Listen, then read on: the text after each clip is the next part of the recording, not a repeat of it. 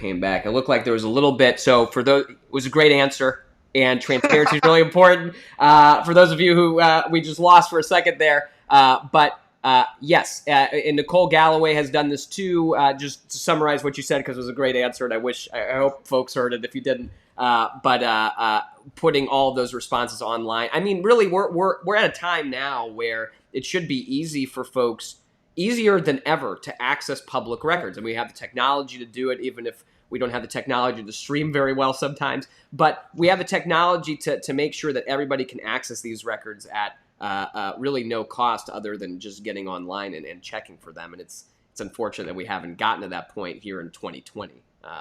But here we are. So. Absolutely. Yeah, we did have a question. It was about, and I'm sorry because I lost some of the comments here, but I'm going to go back and look for it. But there were a number of anti-LGBTQIA plus bills that were proposed in the legislature. In general, your view on what the role of the Attorney General is on protecting all Missourians and all of our civil rights, and specifically members of the LGBTQIA plus community. So this is a issue that Missouri is frankly way behind, where both the people of Missouri and the country in general have moved to on issues. I'm a firm LGBT free from discrimination in employment, in housing, in all the different areas where we see those issues still being a part too often of the lives of our gay and lesbian brothers and sisters and transgender brothers and sisters across the state and across the country. So the Attorney General's job is to protect their rights and enforce the laws that we have on the books. We need more protections for those individuals in the state of Missouri, but we also need to make sure that those are preserved as a matter of federal law. You may have seen that recently the Supreme Court decided that Title VII, the civil rights law that protects us all from discrimination on the basis of race and sex, also protects people from discrimination on the basis of sexual orientation and gender identity. That was a decision that was a 6-3 decision in the Supreme Court that both Justice Roberts joined and Justice Gorsuch wrote the opinion on. A Trump appointee wrote the opinion in that case. And yet our Attorney General, Eric Schmidt, opposed that decision, claiming that he was trying to push his argument on some sort of textualist or originalist ground.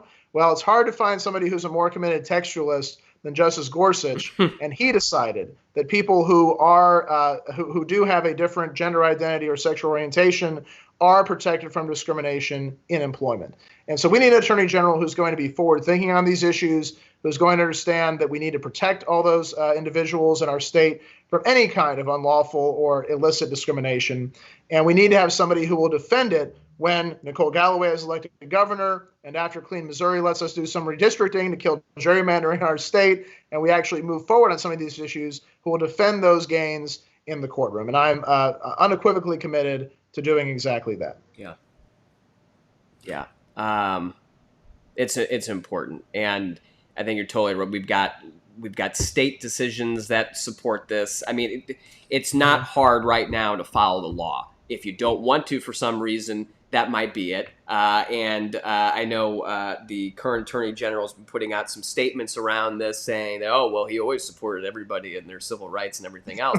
Right. He didn't. I mean, he did not do that in court. He did not have to file this brief. It was entirely a voluntary thing for him to do. Yep. And when he was in the state legislature and this came up, our current governor supported the Missouri Non-Discrimination Act at the time, and for somehow Eric Schmidt was there for the vote before and the vote after, but couldn't find time to vote in support or against Mona at the time too. And it's infuriating because the last thing that we need, give us your position and don't lie to us. At least we can make some informed decisions about whether to keep you or not. But and unfortunately, that's a pattern, as you know, Elad, with our Attorney General, where he puts out statements saying that he supports coverage for pre-existing conditions, right, while, as you say, voluntarily filing a brief in a case that he did not to be involved in, asking for that protection to be taken away. He says that he supports these laws that would protect people on the basis of sexual orientation and gender identity, while at the same time spending our tax dollars to file a brief in a case that would take those very protections away. Yeah. So it's hypocrisy at the highest level of our government, and it's not honest, and we have to be able to call him out on that and many other issues like that in this general election. It's really shameful. And yeah, I agree with you. If you have a position, defend it. Don't just sit there and try to talk out of both sides of your mouth. Yeah, yeah, yeah, exactly right. I 100% agree. Okay, we've got a few more. I'm going to try to get 3 more question areas in if we can do it. Okay. All right. I'll try to shorten my answers. No, it's okay. I mean, we can go a little bit over. It's all right, especially since the stream did break in the middle. We owe you a couple more minutes here, people. So, okay, this one came from Joplin. I think it's a really interesting one. What ways would you, as Attorney General, change the reporting system to keep a better real-time report of the driving while black statistics in Missouri? So, as some of you know, I mean, I've talked about this before, and it's something that comes from the Attorney General's office. Every year, the Attorney General releases a vehicle stops report. And for the last 20 years, since this report was published, every year, it has shown that black people in Missouri are more likely to be pulled over while driving than white people, more likely to be arrested, and less likely to have contraband on them. And year after year, it's extreme. I mean, we're at 90+% now more likely to be pulled over if you are black and driving in Missouri than if you're white. And we see, along all kinds of racial lines and ethnicities that this is a significant issue in Missouri. So one of the reporting system right now, the way it works is the law enforcement agencies each year have to send a report to the Attorney General. The Attorney General then puts out his report and then says, well, I'm going to ask for more and different kinds of data. And that's how I'm going to solve this problem. I wonder, as Attorney General, how would Rich Finneran solve this problem? Well, I mean, this is a real problem. And as you say, Elad, we have a report that comes out each year that reminds us every year, like clockwork, that it is a problem that we are not addressing and that we are not solving. And it's a travesty. It's a violation of the civil rights of people in our state, their constitutional rights, as well as their statutory civil rights. And it's something that we have to start taking seriously. We can't just put out a report each year saying that we have a problem and not do anything about it. And it really is shameful the way that our current Attorney General puts out this report, barely does a press release, doesn't do a press conference, doesn't try to draw attention to it, and then doesn't take any action to address it. So the question asked about reporting, that's part of it. We have to make sure that we are getting, as you said, the right kind of data in so we understand where the problems lie and what is causing these problems. But then we have to start finding the solutions to those problems. We cannot just, again, continue to say we have a problem and not address the problem. And so that is a matter of working with local law enforcement where we do see coming in the data certain kinds of problems. In some cases, those issues can be solved or at least improved with training, with better practices. And having come from the federal government where we have a very advanced system of criminal administration, I hope to bring some of the lessons that I've learned and the expertise that I have from my time as a federal prosecutor to help law enforcement in local jurisdictions solve those problems. But in cases where those local law enforcement agencies are not willing or not able to solve the problems, then that may require more aggressive intervention from the Attorney General, because it's our job in the Attorney General's office to enforce the laws of the state and to enforce the constitutional rights of our citizens. So it's not just about getting more data. We do need more data. More of that data needs to be public. There needs to be more public accountability around where the problems lie. But once we have that data, we have to have someone in the office who's not just going to try and scuttle that report under the rug at the end, a Friday afternoon at the end of a news cycle to try to keep it from making headlines. You'll see me doing a press conference each year talking about these problems and proposing the solutions and how we would fix them. So if we don't admit the problem, we can't solve it, but we have to also start thinking about the solutions for it. Yep. It's important. And I mean, that's kind of one of the drivers that I had behind the Civil Rights Division proposal, because I think part of what we need in a functioning, all of these systems all interconnect, right? And so what we really need in a functioning justice system that folks are buying into, that folks are willing to participate and make sure we do have justice, is one that is accountable. And when we get statistics like this every year from the Attorney General, who is the chief law enforcement officer in the state, who is supposed to be that coordinating mechanism statewide, and then nothing happens. I mean, it's just another example of why we should be losing trust rather than gaining it within the system that's extremely broken right now. And so it's really good to hear. All right, we've got 2 other question areas. Consumer protection. So consumer protection is one of the bigger focus areas for the Attorney General's office that, involves price gouging. It involves, antitrust law too, which is if you've got too much concentration, like we do have quite a bit right now in America, but especially in agriculture in Missouri right now, companies like Amazon that are just like huge, and they just eliminate competition. That's what they're designed to do. And then we've also got situations like scammers who call our phones all the time. None of you lovely people who text me because I love when I get them from you, but there are lots of other people I don't love getting them from. So what are your thoughts about what the Attorney General can do better in that area to protect consumers in Missouri? Well, I mean, how many minutes do we have? This is an area that is very important to me. I mean, not only is it should be one of these core areas the Attorney General is really focused on. And again, because of his focus on political issues, there's not that same kind of concentration. But during my time as a federal prosecutor, this was a major area of focus for me, both the sort of consumer fraud that you're talking about a lot with the scammer. The largest case that I prosecuted was a $435 million corporate consumer fraud case, a insurance company that was selling insurance policies to people to pay for their final expenses, but was actually stealing that money and using it for improper purposes. And we went after that company. We recovered millions of dollars for people across the state of Missouri and across the country in that prosecution. And I think that we have to be very aggressive as the Attorney General's office in enforcing consumer protection laws, because often in the kind of case you're talking about, Elad, we might be getting ripped off $5 a pop at a time, and it's not going to be in the interest of any individual to sue AT&T over those $5. But that's one reason we have an Attorney General, is somebody who can represent all the people of the state, go after that kind of improper conduct, and get a settlement which benefits the people of the state of Missouri, both the consumers that were directly affected and the taxpayers whose recovery then go to fund the Attorney General's office and other offices across the state of Missouri. You also mentioned antitrust. That's an area that I practiced in before I became a federal prosecutor. We do have to make sure that we're not letting big business and just business in general take away from the reason that we have antitrust laws in the first place, which, as you said, a lot is to promote competition. Competition promotes lower prices. That helps us as consumers. When you have companies that are able to capture dominant market power and abuse that market power, it hurts the people in the state of Missouri. So I'll be looking for opportunities to work with other attorney generals across the country and with what I hope will be a functioning U.S. Department of Justice to actually enforce our antitrust laws so that we make sure that consumers are not getting ripped off either by the scammer or by dominant market players that are using their dominant position to push up prices beyond a competitive level. Yeah. And I'm very passionate about it. It's not something I get. I wish I got asked about it more often, because it really is a really core role for the Attorney General's office, and one which should be a central focus, and one which is too often forgotten when you have politicians running the office, as opposed to people like myself who've actually gone after these things in the past and know how devastating they can be for families who suffer as a result. Yeah. That's agreed. It's so important, and the folks who are hurt the most by it are the most vulnerable, oftentimes. And we really need some strong enforcement there. I agree. Okay, so last area of question, I've distilled it down, and it's the easiest one to deal with.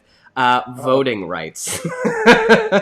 Right. So a lot of questions about the ballots, about the mail, about what's happening. And I'll share a resource too that we have for folks. If you haven't checked it out, votemissouri.org.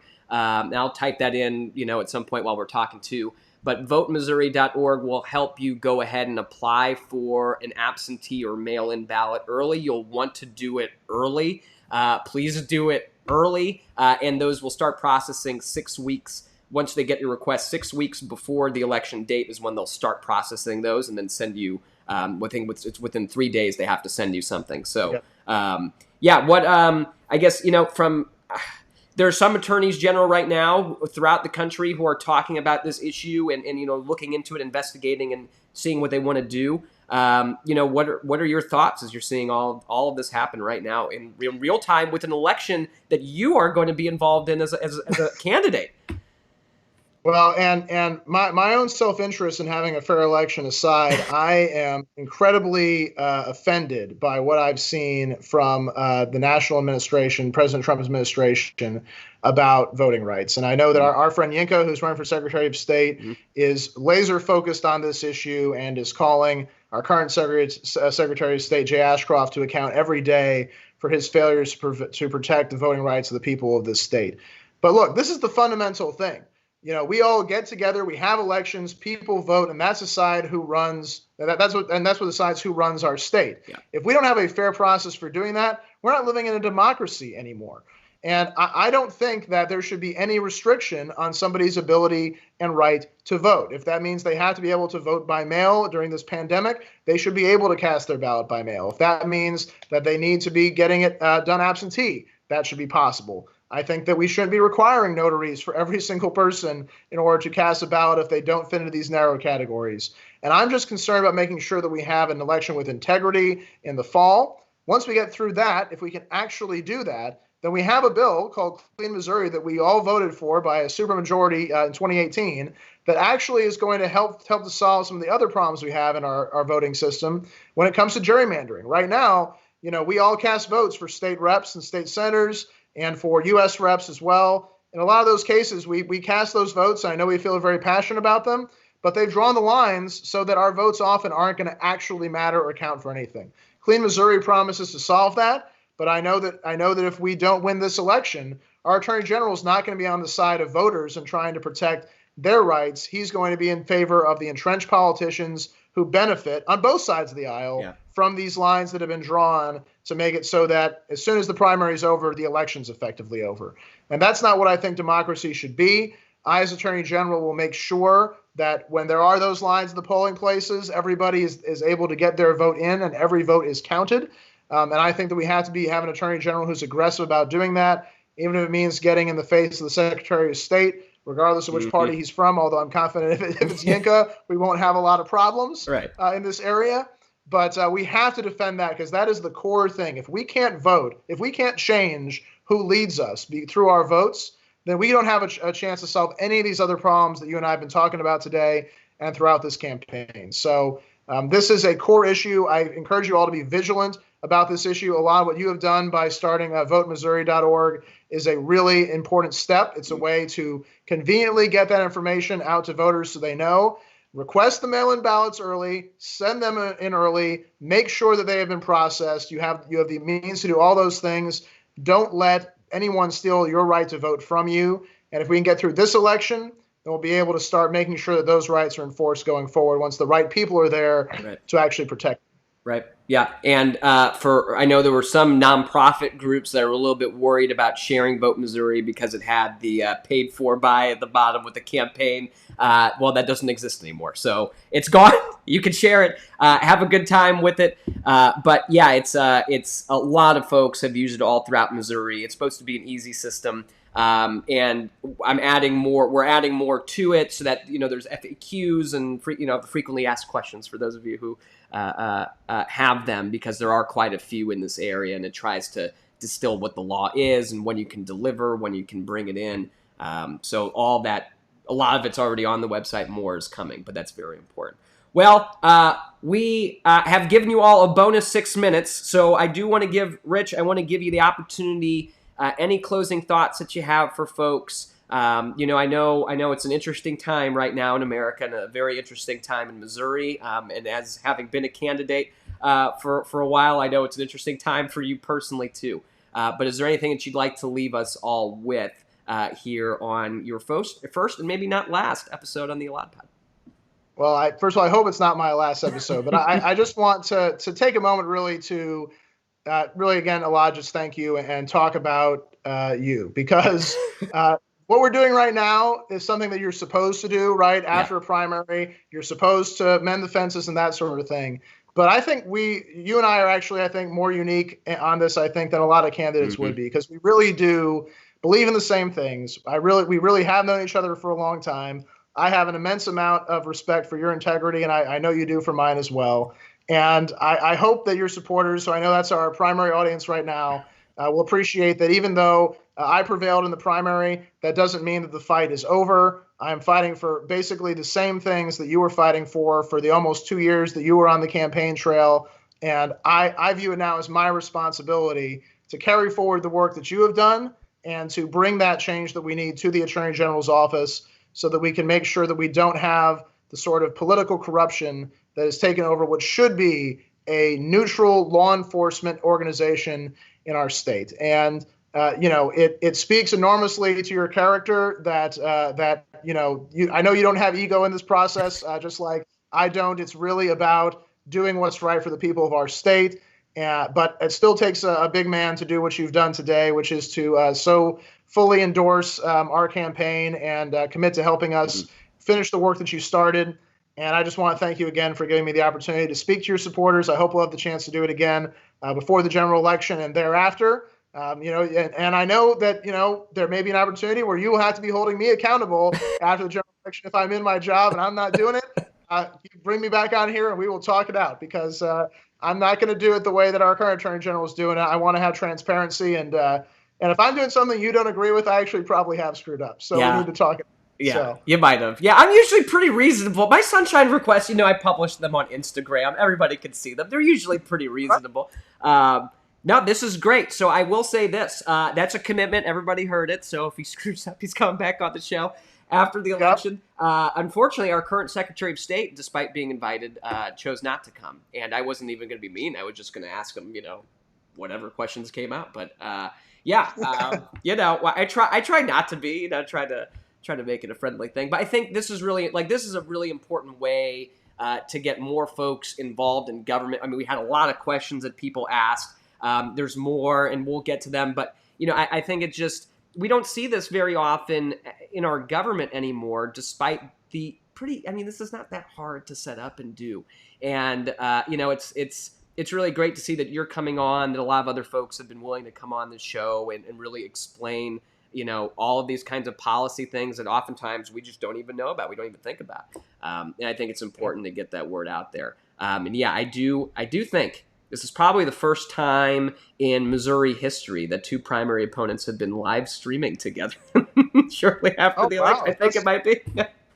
Well, if that's true, I hope this is a precedent that others will follow in the future because, you and I both realize, I know, that for us to see the kind of change that we need in Missouri, we need all hands on deck in this election and for elections for years to come. We've got, a coordinated campaign that's starting for all the statewide candidates and down ballot candidates as well. And we have to, whether you're watching right now and I've persuaded you that you should help me in the ways you helped Elad or not, I hope that you will help out a candidate who is running for office somewhere this cycle, whether it's your local candidate, state rep, state senator, whether it's Joe Biden and Kamala Harris's campaign for the presidency, whether it's one of the other statewide candidates. We need your help. We can't do this alone. Elad and I both learned that as much as we led out everything we could these last many months.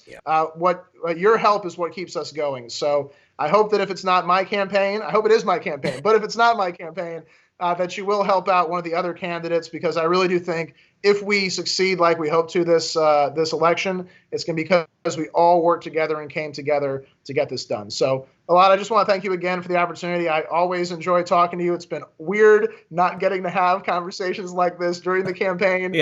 I'm basically relieved it's over so that we can be in more constant contact and work together to try to bring this thing across the finish line.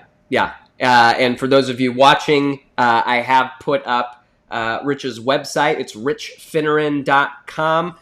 So it's a way that you can learn more about the campaign and get involved over there. And if you do have questions about other candidates, who's running in your area, whatever it is, feel free to reach out. I'm happy to connect you. There's wonderful folks all over Missouri who could use your help. And if you are in a district that maybe your election's already been decided through primary and there's, nobody's running or whatever it might be, let us know too, because there's a lot of folks to get involved. And Rich is running for the entire state of Missouri, so he's going to represent you. So if you're here, and we'd love to have you. So great. Okay. Well, thank you so much for coming on. And everybody for sticking around through everything. So this was good. I know a lot of folks are commenting that this was we covered a lot of ground here. I will just wrap up and say we are going to have Another episode of the Elad Pod. We'll probably have a few more on Wednesday. On Wednesday at 3 o'clock, and I'll put this announcement out. We'll have a candidate for state representative, Luke Barber. He will be on to talk. And then on Saturday, right now we're finalizing the details, but it looks like state Senate candidate Judy Baker will be on. And that should be exciting. She's running in a very competitive district in central Missouri in the Columbia area. So that should be a good conversation.